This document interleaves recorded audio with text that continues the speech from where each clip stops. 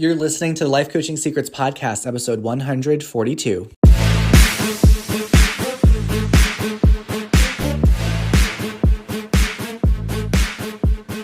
Did you know that life coaches are needed now more than ever? I'm Frank Macri, founder of Thriving Coach Academy. I've trained over 1,000 coaches and helped them launch their own successful coaching businesses. If you want to make an incredible income and impact as a coach and have a lot of fun doing it, I'll show you exactly how to get it done. This is Life Coaching Secrets. What's up, coaches? In this episode, I'm going to talk about how to deal with client disappointment. So when you have a client that's working with you and they have some disappointment with the coaching process, your program, they might be dissatisfied, and in some cases, they may even be interested in a refund. Now, this episode is the third and final part in this little series I've done in the past few episodes of the show, where I've talked about some of the mental hurdles that coaches experience. In the first episode of the three, so 2 episodes ago, I talked all about imposter syndrome, which, as a recap, is when you question your capabilities, you don't put yourself out there because you have this general sense that you're not good enough and that there are other people out there better than you. But then when you overcome the imposter syndrome, you start to put yourself out there, and then you hit the next mental hurdle, and that is on how do you deal with judgment and criticism from potential clients. So what happens when people are not interested in your offers? And what happens when people don't engage with the content you put out in the world? Or even in some cases, what if you get canceled? So we talked all about that in the last episode. And now in this one, I want to conclude this series with how do you handle the challenges that might happen when clients experience disappointment. So you've been able to overcome the first few hurdles. Now your clients are starting to work with you. They're hiring you. But your fear is, okay, what if they are wanting their money back? How do you handle that? So let's break this down. What if a client asks for a refund? Well, firstly, I want to normalize this. It is normal. It happens in every business.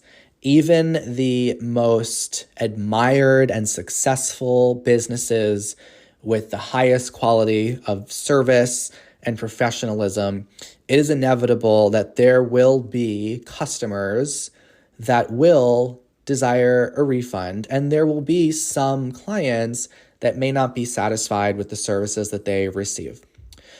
So I would say in my decade being in the industry, if I really were to put a percentage to the number of clients that have inquired about a refund, I would say it's maybe around 1%.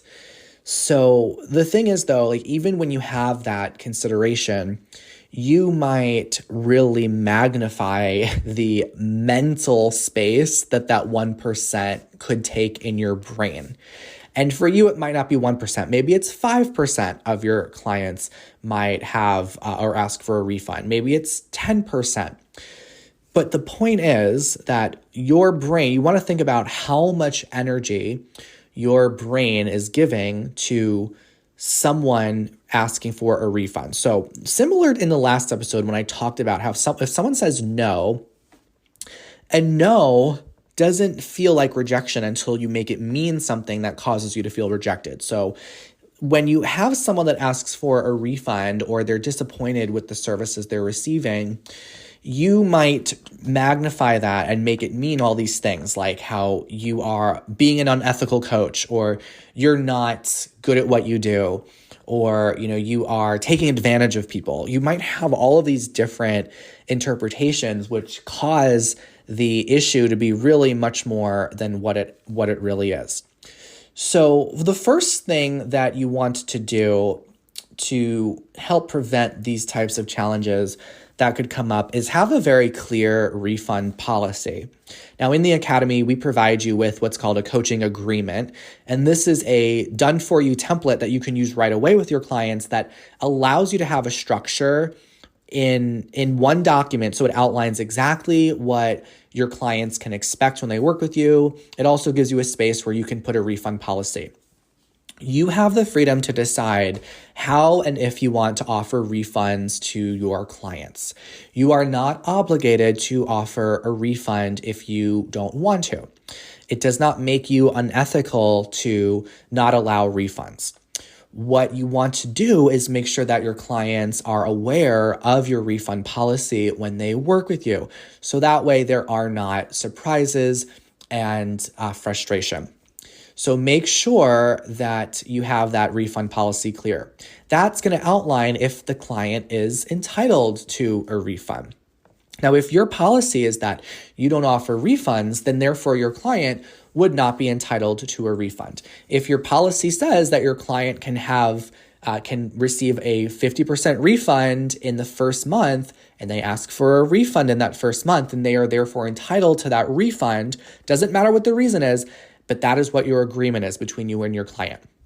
Now, it's also important for you to make sure that in an agreement that you have established with your client, and it's always good to have this in writing. Nowadays, very simple. You can have a document, have them digitally sign it, and you digitally sign it once you start working together. Are you delivering what you've promised to deliver to this client? Okay.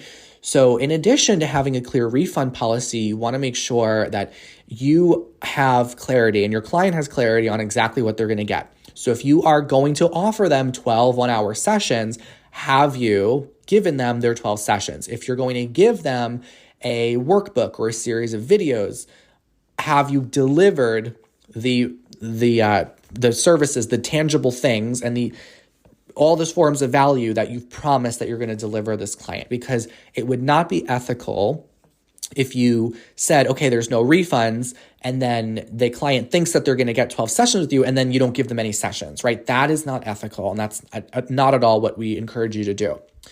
So do you have a refund policy? That's the first question. Do you stand by your refund policy? So it's really important that you stand by it. Do you have a refund policy? Do you stand by it? Are you making that refund policy clear when clients enroll with you? Again, all of this can easily be covered in a coaching agreement, the document you provide your clients, or it could be on the checkout page. If they're enrolling on a web page, then you could have this clearly defined when they're checking out on the website, the refund policy. So they have to acknowledge it in order for them to purchase your program, your coaching course, or hire you. And then finally, it's also good to think about, is there something to learn from the feedback that your client is giving you? Because there might be times when a client might be sharing some disappointment and they might have really valid feedback for you to take on. And you don't want to be dismissive with concerns that your clients have. So it's definitely worthwhile for you to consider feedback that they're sharing. Perhaps there's something that you can learn about additional value that you can provide in your coaching services or program. So you don't want to be discouraged or disappointed by feedback, and you also don't want to be dismissive and defensive to feedback that you get from your clients. You want to be open and curious.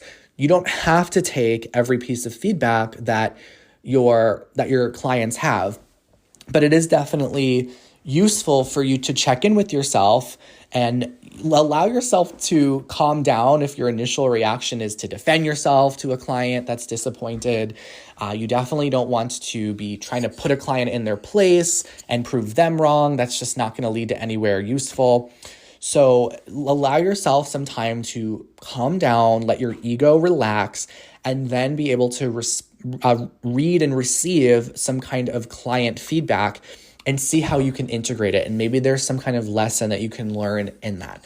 The bottom line is that even if you have the best intentions, even if you pour everything into your coaching services, even if you receive all the training you can receive as a coach, you cannot please everyone. And if you are someone that has people-pleasing tendencies, if that's one of the masks that you might wear, then this is going to be especially difficult for you, because for you your mask, at least, which is the mask is a concept we teach in the academy. And it's basically this identity that you take on so that way you feel validated and that way you feel approval of others. And it is not the truth of who you are, though. So for many people, you have the people-pleasing mask, and you feel such a sense of self-worth when others approve of you and others and you might find that you like to agree with others. You avoid conflict or disagreement at all costs. So it would be very natural, if you have the people-pleasing mask, for you to be deeply concerned and upset when a client has negative feedback or they're disappointed, because this is now threatening this sense of identity that you've clung to for so long. So instead of clinging to that and causing yourself to be so overwhelmed when a client is disappointed, recognize that you cannot please everyone. Now, again, I want to be really clear. This is not being dismissive and just saying, okay, well, who cares anyway? Like, I can't please. It's not that at all. It's just knowing that this is a natural part of running a business. It is impossible to make every single person happy. So that's why you want to, again, review these questions that I'm presenting in this podcast. Do you have a clear refund policy? If you don't have that, then things are going to get sloppy very quickly. Right? If you don't have a clear refund policy and a client does ask for a refund, then they are entitled to the refund. So you establish a policy, you make sure it's a policy that you feel aligned with, you feel like you can back it up. And then also it's clear to your clients. It's not a secret to them. They're aware of it when they're enrolling with you. I recommend that you have your clients sign a coaching agreement before they even start the first session with you. Preferably right when they're paying, they also, in the same conversation or in the same page of your website, they are able to show that they understand what the refund policy is and exactly what it is that they're going to be receiving through work with you. So are you delivering what you promised that you're going to deliver? Now, here's the thing. You cannot guarantee your clients are going to get results. Okay, you cannot guarantee that a client is going to get results, because you can't force someone to take action, or you can't force someone to do what it is that's going to support them in moving forward. So if a client is, like, for example, if you have a refund policy and the refund policy is that there's no refunds and a client is struggling, right, in your program, you can have an opportunity to see what further support would help them in getting closer to achieving their goals. So rather than the topic be, I want to back out and I want a refund, it actually becomes very empowering, because it's, okay, listen, you're struggling. It's normal to struggle, right? Whenever you achieve goals, it's normal to struggle. So what kind of support do you need? Like, what else does this program need to have in order for you to feel like you have what you need to move forward? And then you might want to consider creating that for your client, right? If they say, hey, it would really be helpful if I can get more guidance on blank, or get like maybe another video on this topic, or maybe in a coaching session going deeper into this, then instead of the client trying to find a way to back out, you see opportunities to provide them with more value. So just know that when a client has negative feedback or they struggle in your program, it doesn't have to mean that the relationship is ruined. It could actually be an opportunity for you to strengthen your relationship with this client and go above what you've promised them and really show how much you care by offering them something more that could provide them with additional support. I want you all to know as well that no one person is going to determine the fate of your business. So the reality is there are some people out there that may, in the worst cases, like threaten you, to tarnish your business, tarnish your reputation, say negative things about you, tell others that like they shouldn't work with you. Like in the worst cases, this unfortunately could happen. And you could feel very threatened by that and think that this is going to make or break your entire business. And I want you to know that no one person is that powerful, and no one single client will determine the entire fate of your coaching business. So sometimes it could be really hard when you've got to double down and honor your agreement with the client, even though they're really insistent on having a refund. If your policy is no refund and they have agreed to that policy, then it's fair and ethical for you to abide by that policy. Now, of course, you are allowed to make exceptions in certain cases.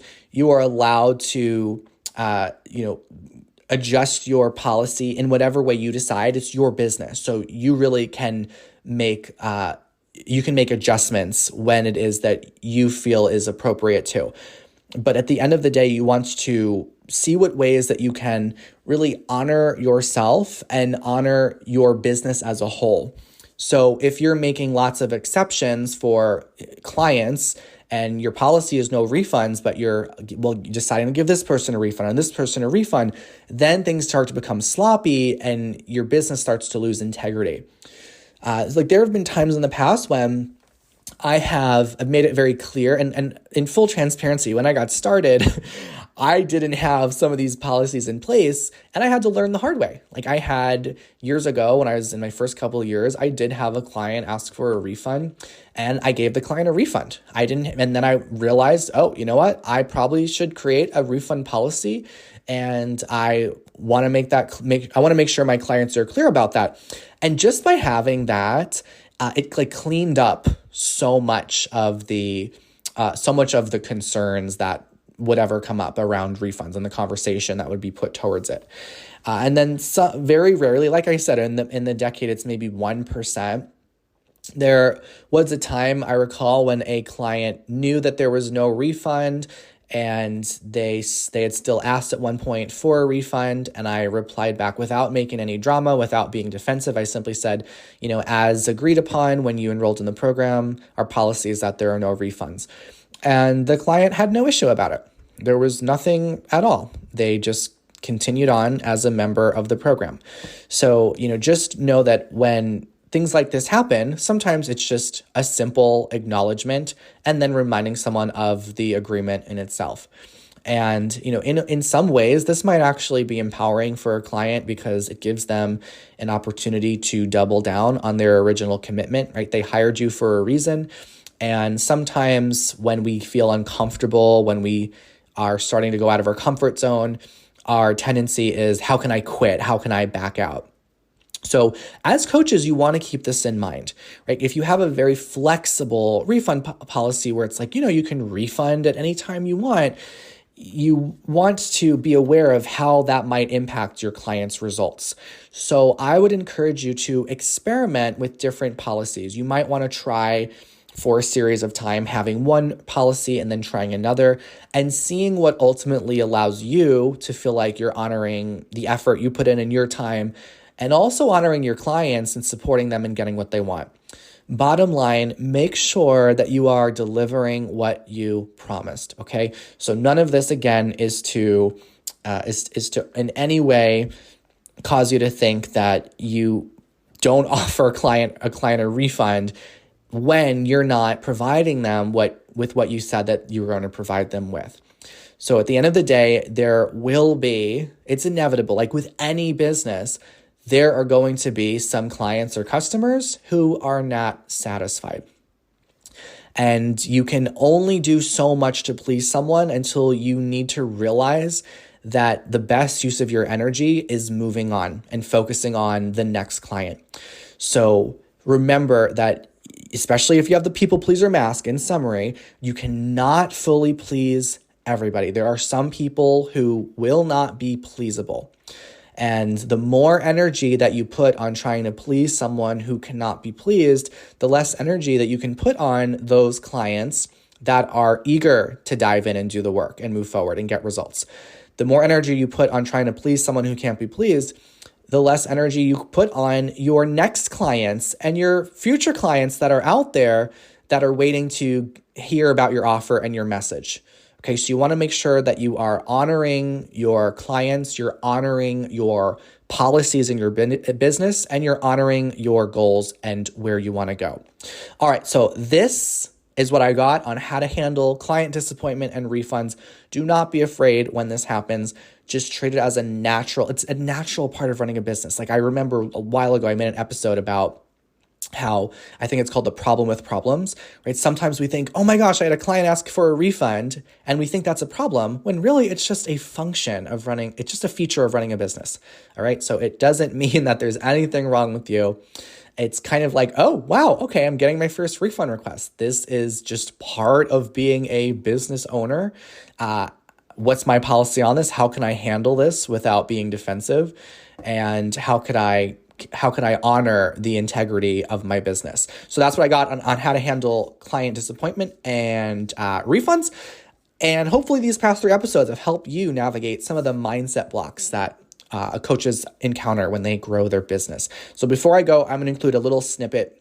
It is a short interview I had with one of my coaches in the academy where they share their journey into coaching and they share tips for you to understand how to also be successful. So enjoy their story, and I will see you in the next episode. I'm Kathy Moretz. I first discovered coaching when I had come to the end. I had just resigned from a corporate career, really. I'd had a successful series of jobs, and my last job in corporate was 8 years. I just knew that I was burnt out, and I knew that I was missing really a sense of balance in my life. And I took that opportunity to just step back and resign from my job, and then sought out coaching. I think of it now as a time when I was really holding space for myself to allow. I didn't know exactly what I wanted to process or how I wanted to think about things. And so I purposefully sought out a coach to be a guide for me and a support for me in that process. As it turns out, it was a coach who was trained at Thriving Coach Academy, though I didn't know that at the time. And during that coaching, there were times when she planted seeds for me and just suggested, I think of it now that I know, sort of offering and brainstorming, like, hey, have you thought about coaching, and was really responding to what she was seeing as, my gifts and strengths that would make me a powerful coach. But at the time, she wasn't talking about TCA or really her training. It was really in a lovely way, focused on me and what I was processing and sort of where I was at. At that time, I had just a wonderful positive experience with coaching. I took another few months off and just really gave myself that space. I am definitely a premium buyer. I mean, in my life, that's my profile. When something's important for me, I am looking for where can I find the best, highest quality. As I looked at Thriving Coach Academy, and it met criteria for me, like I could see that the program was comprehensive and specifically, I knew that I would get the training in the art of coaching and also the business development piece, because I had never opened my own business. Thinking about establishing my own practice was just so energizing for me and really a motivator. TCA offered the full package. In the Thriving Coach Academy training and just in developing and building my strength as a coach, it's brought me to this point of really, for the first time, just standing in my own truth. I really do believe that anything is possible and my success is inevitable. If someone was considering TCA, my advice would be to go for it. My advice would be to trust in yourself and to honor your inner voice that's drawing you to coaching. TCA is a community of coaches that is beautifully supportive, and there is an underlying value that's part of Thriving Coach Academy that is about celebrating and acknowledging each other's successes and challenges and progress. And I have turned the corner from pro bono to offering my coaching services as a package with a price tag on it. At TCA, you're going to receive the highest quality training, both in coaching and business development. Hey, would you like access to powerful coaching tools you can use on yourself and clients right away? For being a listener of the podcast, I'm giving you a VIP guest pass to get a sneak peek into my coach training program. Inside, you'll learn our coach's secret tool they use to transform their clients' lives. And you'll also get a training on how to launch a coaching business. Just head over to www.thrivingcoachacademy.com/VIP to get started. I'll see you on the inside.